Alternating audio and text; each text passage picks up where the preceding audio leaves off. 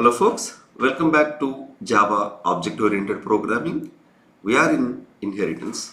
Now we are going to see another important object-oriented programming principle related to inheritance, that is overriding. In inheritance hierarchies, there are different generations of classes you can find. Defining a superclass member method in the subclass with the same name and signature is called overriding. For example, I have an inheritance, simple inheritance hierarchy where A is the superclass and B is the subclass. The superclass have two member variables of type int and two constructors. One is without any parameters and the other one is with two parameters.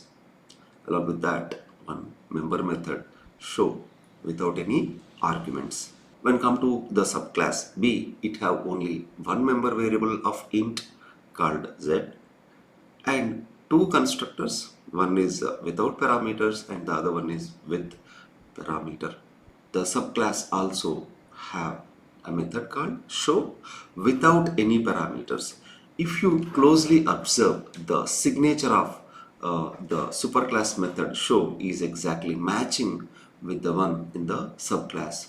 Now you can say the superclass member method show is overridden by the subclass version of the show method. As a result of this overriding, the subclass version overlaps on top of the superclass method. As a result of this, if you call the show method with the subclass object, the subclass version executed. Let us try to understand this in code. So this is the inheritance hierarchy. In the first stage, the subclass is not going to have any show method. In that case, if I write an application like this, I have instantiated the subclass B with or without parameters and called the show method. So what will happen here? Since there is no show method exists in the subclass, the only version of show is available in the superclass, which is executed. Let us try to see this in code and we'll continue with this. This is my superclass A with the two member variables of int and no parameter constructor with two parameters. As of now, this is my superclass and then come to the subclass. In subclass, have only one member variable of int called z and one no arg constructor and the other one is 3arg constructor. In my superclass, I am going to have one member method called show, which already we discussed. This is the show method. The show method is displaying the member variables x and y on the screen. But a small note here, already we discussed, we are not supposed to touch system.out nor system.in in any component except the main class. That means a class which have main method. Except main method, you are not supposed to use any system.out or system.in inside of any other component when you are developing a software application for production. This is the show method of superclass. As of now, as already I mentioned, my subclass is not going to have any method as such. In the main method, I'm going to have a subclass object class B equals to new B of. Here, for time being, I'm going to pass three arguments to the constructor, the 5, 10 and 15. Here, 5 is the value of x, 10 is y and 15 is z. This is. Now, b dot show. So, let us observe what is going to happen now or run the application. Now, did you notice x and y values only it displayed, but from which class it displayed those two values? That is from class A. Okay, x and y only values it displayed.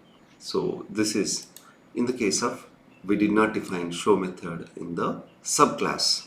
Instead of this, if the subclass also have show method, what will happen?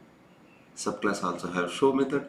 The subclass version of show is exactly matching with the signature of the superclass version of the show method. Now, what is going to happen here? B, that is the object reference of subclass called show method, it causes to invoke the show method from the subclass. Means in the case of overriding, the subclass version of the method is executed when you called the method. The superclass method will not be accessed here onwards. The access to the superclass method will be restricted as a result of defining a member method in the subclass with exact same name and signature. Means, as a result of overriding a method, the superclass method loses its access.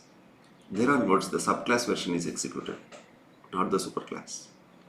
Let us try to see this in action. Here, my subclass B is going to have a member method called show. Now, let us try to see whether it is happening or not exactly as we discussed. See, it's shown only Z, not A and B values. From where this method definition has called, that is from the subclass that is displaying only the Z value. What actually is the purpose of extends? Reusability. Extending means adding something to the existing. But overriding, did it happen in the same way? Did it extend anything to the existing function or method operation? Not exactly. Restricting to access the superclass method is not exactly showing the extension. Okay, now let us try to understand how we can achieve the superclass member method functionality. Here, wherever you want, there you may call the show method from the superclass. But make sure what you are doing here in this line, calling show from within the show, it causes infinite loop. Why is it infinite loop? Calling a method from the same is recursion. This unconditional recursion causes infinite loop. But do you want to call the show method from the same class or the superclass? Not from the same class. I want to call from the superclass. So super dot show. This is another purpose of using the super keyword. Yeah, super dot show. Now what will happen? As a result of super.show in the subclass show method, exactly where you called the superclass version of show, there you get the superclass functionality and then the subclass functionality. Otherwise, if you write this show method something like this, instead of writing above displaying Z, if you write it in below the Z, what will happen? Earlier, X and Y displayed above the Z value, but now below the Z value it displayed. Okay? And what is actually to understand here, where you want to write, where you want to invoke the superclass version of the overridden method in the subclass. That is, you need not to lose the functionality of superclass method wherever you want in the subclass, wherever you want, which line exactly wants the superclass functionality, there you can call super dot that method name. So superclass version of the method also executed. Here in this exact way we can extend, even we are overriding, we can extend the functionality of method. Here what actually is happening, we are enhancing the functionality of the superclass member method. The enhancements may be at the top or in the middle or at the lower portion of the subclass operation. This is method overriding in inheritance. The overriding powers are not completed here. There are so many things. One of the very important and powerful feature of object-oriented programming plus Java is based on this method overriding that we are going to see in continuation sessions. Thank you for watching.